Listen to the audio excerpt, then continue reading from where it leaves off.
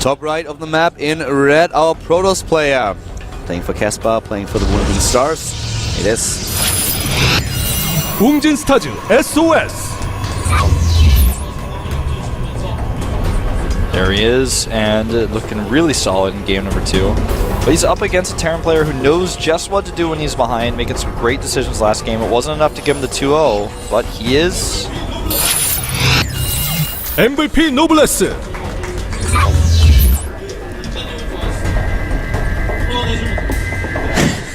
Yeah, I'm studying it. The chipmunk.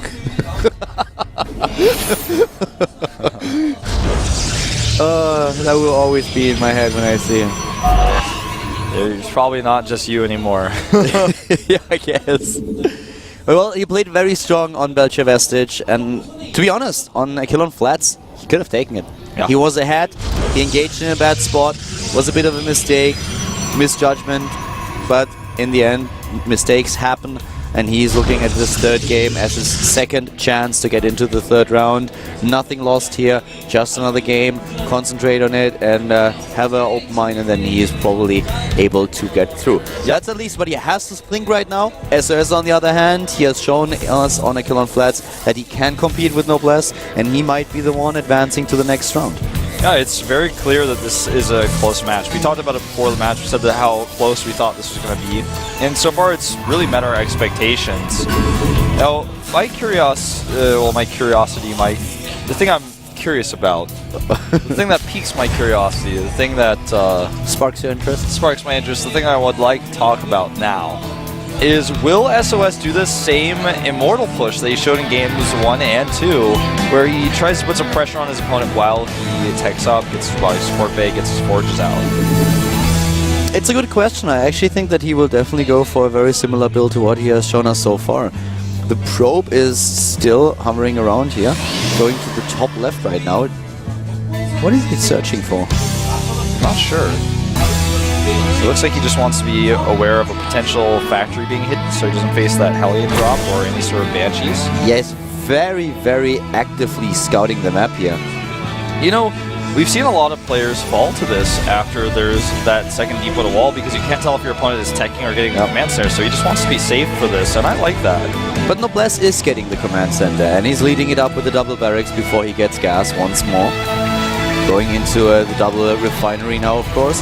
But so far, SOS has been in a spot where he's like, alright, I'm satisfied, you are not proxying anything, I can safely expand. Yeah. Puts the expansion down. He's still going to have to be careful about potential Hellion drops, but he checks everything. There's Look at nothing this on the guy. map he doesn't know about. Yeah. He scouts everywhere, every possible position where it could be, drops the pylon now so that he can see incoming medivacs. And he still comes up pokes here a little and bit. sees, yeah. He was trying to get one of those Marines, but the Marines a little bit too well placed here. Already too many of them. Yeah, too many of them. He took some damage on the Zealot, gets away though with the Stalker. Goes Robotics before Gates. Loves to do this. He's really shown that he goes for the Observer for scouting and then goes with the Immortals to put some pressure on. This has been his style in game 1 and 2. We'll see if he follows it up similarly here in our third and final game. Stim now being started. Just once again, Noblesse getting the pieces together. We don't have him with his early engineering bay in this game, at least not to this point, just chasing the Stalkers away now. Could still go for the engineering bay. We haven't seen him use the extra gas yet, but with how that all lines up on his production tab and in his resource tab, I don't think that we're going to see such an early +1 attack upgrade this time. Yeah, not so early. The upgrades didn't really affect too much last game for him. Maybe he's just rethinking this. Maybe thinking, if I put some medevac pressure on a little bit earlier, I can do more damage potentially. You know, this is also one of those maps where it's just really strong to go for the Hellions and Marines. You already scratched on the topic a little bit earlier, but I feel this, the SOS has probably encountered this build quite a lot, lost to it several times, and this is why he scouted so much, why he dropped the pylon this early, and why he's really, really careful with how he's approaching the map. Yeah. just so cautious in all 3 games, being very aware of what his opponent is doing with the observers. Now even putting units in the main in case there's a fast drop going. He's just so careful, and that's something really to appreciate, because how many players have we seen die from not scouting? A lot. A little bit annoying for SOS is that he's supply blocked here, and heavily at that. He was for quite a while before he started his pylon, and now he has 500 minerals already on saved up. So this is a lot. Going once again into this robotics bay and the forge here. Whereas on the other hand, we have Noblesse with a double tech lab, therefore double research on stim and combat shield, which lends itself to a few chances that he has in being aggressive. Yes.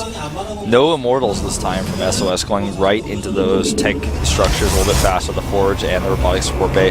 He's going to be very ahead in upgrades with that forge because Noblesse has not added any E-bays yet. He's going to have to start his +1 really late, and he's even going to SOS, that is, take a 3rd Nexus pretty quickly, it starts to look like. As I said, Noblesse starts to be aggressive here. He doesn't have medivac, so it's not like he can drop into his opponent's base, but he has a very strong force and he can attack from 2 points.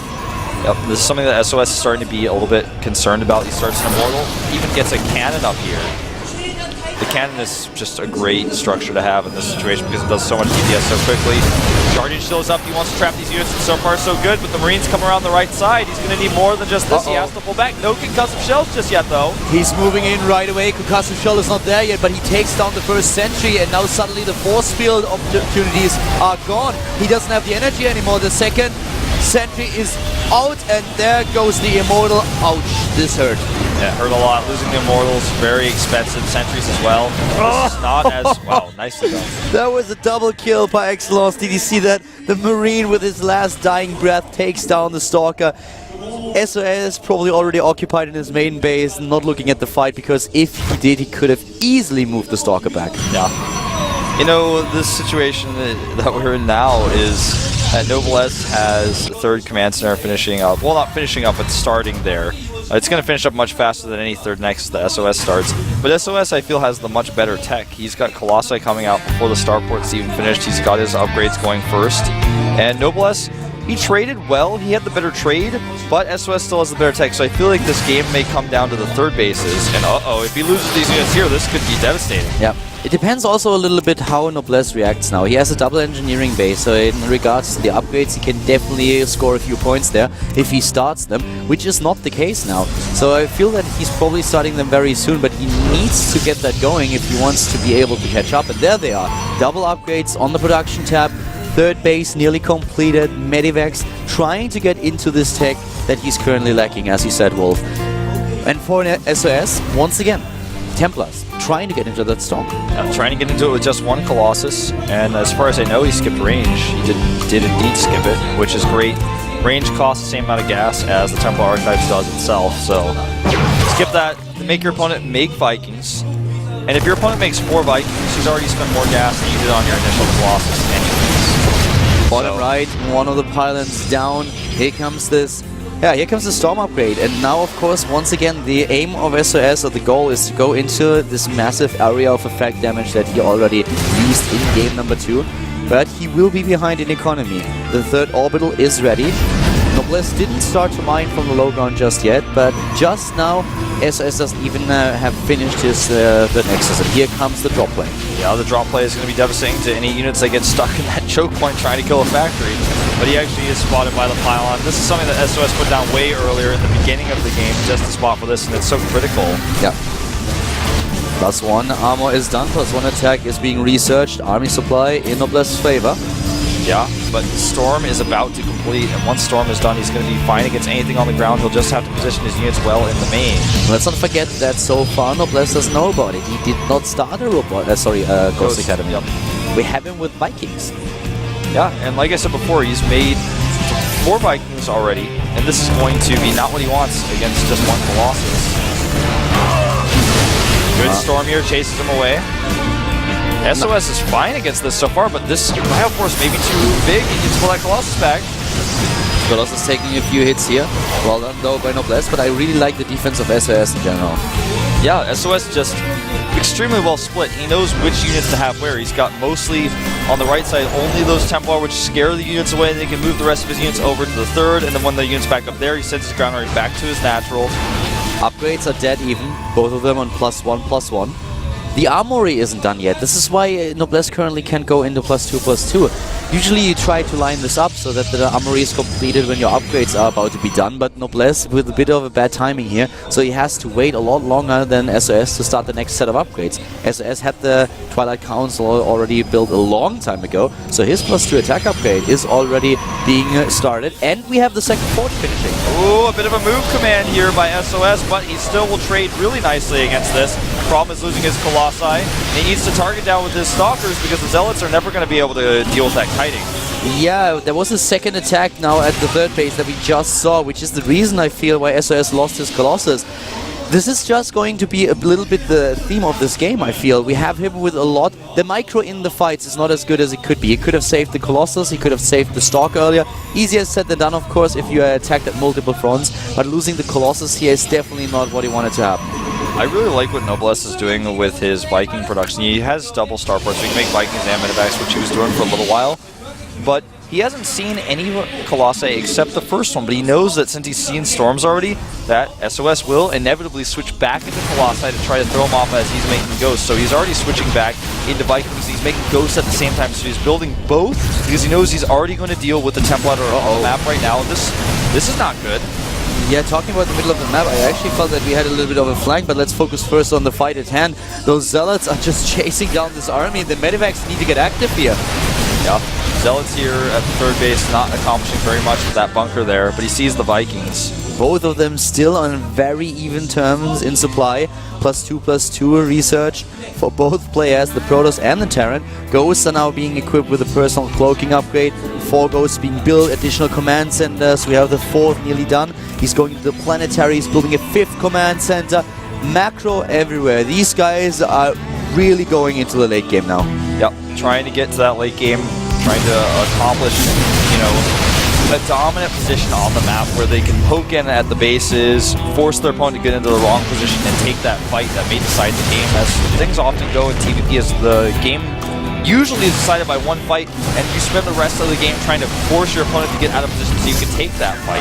I feel like Noblesse Micro is a little bit better than SOS, but sorry, not Micro, the multitasking is a little bit better than SOS, but I really like how the Protoss play defense here. This is really well done, and he takes down another drop before it can get dangerous. He gets the Medivac with all the units in it, and once again SOS dropped another pylon at the right side because he wants to see those Medivacs. This is just this foresight that he has in his defense. Yeah, he never is leaving anything to chance of drops. He's never going to just say, well, just leave my units there and hope that he comes in the right time. He's just going to have the pylons there. He will move his units where they need to be. He's not going to leave them there because he's too busy trying to take map control. Loses a Templar here. And that Storm, not the best, but it does chase Noblesse away. Noblesse can't stay any longer. He's killed so many of those pylons. What Noblesse is lacking a little bit is really a consequent upgrade policy. Because he is not starting +3/+3, and we have SOS now with the 3rd attack upgrade already halfway done, and he's also going into shields. This is becoming an issue. In a late game scenario like this one, the Protoss player is not only hitting +3/+3, but also then adding additional shield upgrades. It's very tough to beat the zombie. Those Colossi need to get over here right now because this is going to be the fight that decides the game, potentially. This Nexus will have to be cancelled. There are 12 Ghosts on the map. The Viking count is at a grand total of 9, but with all the DPS in these Ghosts with good EMPs, he should be able to rip through this. The Vikings are in a much better position than they were in the last game, eating another Storm, but 2 of those Colossi are already down, and another one is about to die. This is Noblesse just turning up the heat suddenly. He has a lot of bank here, can reproduce immediately, and is still in a 20 supply lead overall. Yeah, great targeting on these units, getting the Templar down, and also scanning to kill the Observers so that the Cloak of the Ghost allows him to be a little bit more damaging. Wolf, double Ghost Academy on the production job. He's going to make nukes. He's going to control this area. Usually it's the Protoss who controls this 4th base location from the low ground, but in this case, Noblesse is going to control the high ground and use nukes to make it so they can't take that expansion. I would like... Did he already build a nuke? I didn't see one on the tab, but he's not utilizing the Ghost Academy that he already has, which is a little bit weird. He does not have a nuke. Not yet. We have another attempted run by at the bottom, but I really love that Noblesse is doing this now. Terran players have just been starting to do this a lot more often. It was always a good strategy, but more and more Terran players are using it in the late game against Protoss. You can be so positional with this. You don't even have to be aggressive in attack. You can just make sure that you have the time to build up what you want, And let's not forget that Noblesse is already on 4 bases. He is. He's on 4 bases. He's going to be able to take a 5th fairly soon if he wants to. He has a sensor tower here. Look at all those ghosts. Yeah, the ghost is really important. And the observer was not there at that time. He could have actually fought. Now it's getting a little bit closer. Upgrades are currently Noblesse's weakness. Yes. Observer speed is out again for SOS. Just like last game, he's not going to find himself facing cloak ghosts with no observers nearby. He'll be able to run those into the fight really easily. The Ghost Academies are done, and he has the money, but he's not getting nukes. Yeah, it looks like he just wants to save his gas for a little bit longer so he can get these upgrades out. More Prism Speed now on the way as well. And here come the Ghosts. They have a lot of hit points. They can tank some Storms here. And the Storms are trying to eliminate the Vikings. And as soon as the Vikings are gone, those Colossi will shine. And look at that, another Storm hits, and the Viking count is down to 2. Oh, wow, and hitting the Ghosts as well. Wow, I have to say that SOS is doing a good job here. And he even forces a lift, yeah. He's got these Zealots coming in here. They're not targeting the SCVs because there's a bunker here, but still, there's a lot of mining time lost. This forces Noblesse to go back, and finally, for the first time in forever, what it feels like, SOS can restart that Nexus, and he does. He's getting 2 nukes. I'm really still wondering why he's not utilizing the 3rd Ghost Academy that he has. Yeah, it's as if he's misplaced it. Yeah. Regardless, he's still got those nukes coming through, and he needs to take this engagement. He can't afford to lose these command centers. I'm not quite sure if he can really hold this with the position that he has. Here comes the Protoss player. It's going down, though, and fights in range of this planetary, at least a little bit. The second command center there, halfway damage, but the AI for the planetary really affects you a lot of the time. Yeah. So, you know, it's not like he's fighting in the planetary, but... Oh, great position for this one Ghost if he can't place a nuke. Yep, he's going actually to go for potentially these Templar instead. But he's being spotted by the Observer, and the Terran player moving in again. He needs to be careful here. He's dropping in supply. This was not the engagement that he wanted to take. He thought there was no Observer, then he scanned and tried to target the Observer, but it has speed. He pulled it back, and then he lost way too many units trying to fight that army. He tried to take a cloak engagement. And now he's 40 supply behind. It's all about the planetary. If the planetary takes the Zealots priority, then he can potentially hold you. That's why he lifts the CC and a defensive nuke. Yeah, here comes the very defensive nuke. Can he pull this off? SOS doesn't see it, or does he? No, he does. Just. Yep. Ghost died. He killed him, with a Storm.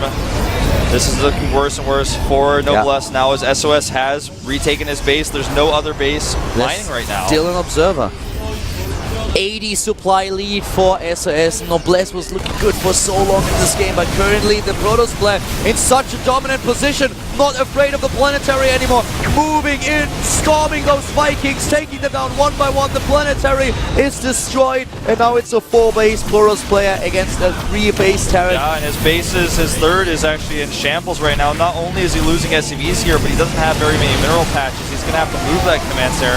He might even take this opportunity to do it right now since he's already lifted. He loses another command center, the one that was near his 4th, dropping some mules, but SOS is camping his production. He has full energy on these full health Templar, and he's facing a bio army that's all in the red. The Archons are finishing it off. GG.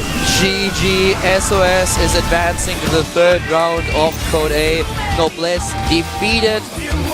I actually feel that one of the big problems that he had in those 2 games that we saw at the end was the fight between the Ghosts and the High Templars. Yeah. Those Storms killed him, and they were everywhere. He was never able to eliminate the threat.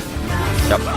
And you know, it's a situation that we had where also he took some gambling engagements where he moved all of his ghosts forward and cloaked me. He was like, maybe I could just kill this whole army with my 12 cloak ghosts, and then the Observer comes in and he loses and he's trying to retreat, and maybe he's like, maybe I can snipe the Observer. He loses way too many ghosts, which are very important with dealing with those Storms. They're also expensive units. Yeah. The Storms were too much for him to handle. There were too many of them. The Vikings, they were gone before the fight even started. Then the Colossi, they could really shine in the battle, assisted by additional Storms. The area effect damage way too much for Noblesse to handle. And so SOS takes it, advances to the next round with a 2-1, and is now going to face either Stefano or Flying. We'll see both of them later on. It's going to be the last match of the day that we are going to see. That's going to be an exciting one. Yeah, it's going to be great. So tell your friends about that one. Tell them to get in here and watch Stefano. It is his debut in Code A, since in Code S he was not able to stay in. Yep. Of course, before we go into our next match, which will be Effort versus Lure, we're going to have a 5-minute break, so stay tuned.